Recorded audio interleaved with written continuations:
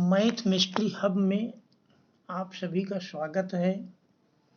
आज हम ज्यामिति की अवधारणा के अंतर्गत बिंदु रेखा और तल को समझने का प्रयास करेंगे। साथ ही रेखा, किरण, रेखाखंड, समांतर रेखाएं, संगामी रेखाएं, तिर्यक रेखा के बारे में भी पढ़ेंगे। यद्यपि बिंदु रेखा और समतल की पूर्ण परिभाषा संभव नहीं है, तब भी हम इन्हें उदाहरणों की सहायता से परिभाषित करने का प्रयत्न करते हैं। सबसे पहले बिंदु, पॉइंट। सुई की नोक, बारीक पेंसिल से बना निशान बिंदु के निकट, काफी निकट के उदाहरण हैं। किसी ज्यामितीय रचना की मूल इकाई या आकृति को बिंदु कहते हैं। प्रमुख रूप से देखा जाए तो ज्यामिति में बिंदु से ही सभी का निर्माण होता है। तो देखा जाए तो बिंदु की सबसे सफल परिभाषा मिलती है किसी ज्यामितीय रचना की मूल इकाई या आकृति को बिंदु कहते हैं। दूसरे शब्दों में कह सकते हैं कि वह सूक्ष्म चिन्ह जिसमें लंबाई, चौड़ाई और मोटाई नहीं होती, उसे बिंदु कहते हैं। जिसमें लंबाई, चौड़ाई और मोटाई नहीं होती, उसे बिंदु कहते हैं। अब रेखा की परिभाषा समझेंगे। उदाहरण के अंतर्गत मेज का किनारा, खींचा गया धागा रेखा के काफी निकट के उदाहरण हैं। रेखा एक सीध में स्थित बिंदुओं का वह समूह है जिसे दोनों ओर अनंत दूरी तक बढ़ाया जा सकता है। रेखा असीमित है, इसकी कोई माप संभव नहीं है। अनंत लंबाई वाली वह आकृति जिसकी चौड़ाई और मोटाई नहीं होती, उसे रेखा कहते हैं। रेखा में आप देखते हैं कि उसका दोनों ओर अनंत विस्तार होता, उसमें कोई अंत बिंदु नहीं होता है। अब इसके बाद हम तल के बारे में जानेंगे। इसको भी उदाहरण के अंतर्गत समझेंगे। श्याम पट का पृष्ठ, फर्श या पन्ने का पृष्ठ तल के निकट के उदाहरण हैं। तल का सभी दिशाओं में अनंत तक विस्तार होता है। किसी तल के अंतर्गत असंख्य रेखाएं होती हैं और असंख्य बिंदु भी होते हैं। तल में बिंदु को पेंसिल के बारीक निशान से अंकित करते हैं और बिंदुओं को अंग्रेजी के कैपिटल लेटर्स ए, बी, डॉट डॉट इसी प्रकार से आदि बिंदुओं से दर्शाते हैं।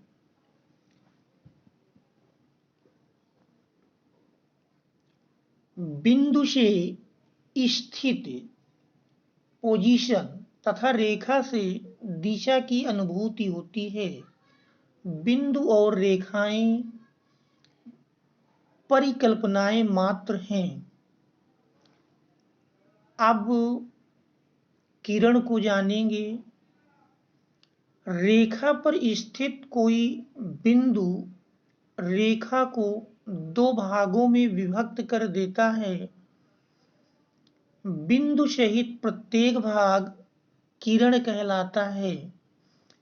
जैसे CB एक रेखा है, इस रेखा में एक बिंदु A लिया जाता है, तो बिंदु A ये हमारा अंत बिंदु कहलाता है। तो इससे ए बी और ए सी दो किरणें निकलती हैं। तो किरण में एक छोर अंत बिंदु होता है, जबकि दूसरे छोर की कोई सीमा नहीं होती है। दूसरी भाषा में कह सकते हैं दूसरा छोर असीमित होता है। अब रेखाखंड के बारे में, किसी रेखा को दो बिंदुओं द्वारा किसी रेखा का दो बिंदुओं द्वारा घिरा बीच का खंड रेखाखंड कहलाता है। रेखाखंड दो अंत बिंदुओं द्वारा सीमित होता है, अर्थात रेखाखंड की माप की जा सकती है। तो रेखाखंड एक सीमित है और इसकी माप एक निश्चित माप होती है। अब हम समांतर रेखाएं पढ़ेंगे। देखिए, एक ही तल में स्थित वे रेखाएं जो एक दूसरे को परस्पर ना काटें समांतर रेखाएं कहलाती हैं। समांतर रेखाओं के बीच की दूरी सदैव समान रहती है। जैसे चित्र में एल और एम दो समांतर रेखाएं दिखाई गई हैं। इन रेखाओं के प्रत्येक स्थान पर दोनों रेखाओं के बीच की दूरी समान है। अब संगामी रेखाओं के बारे में पढ़ेंगे।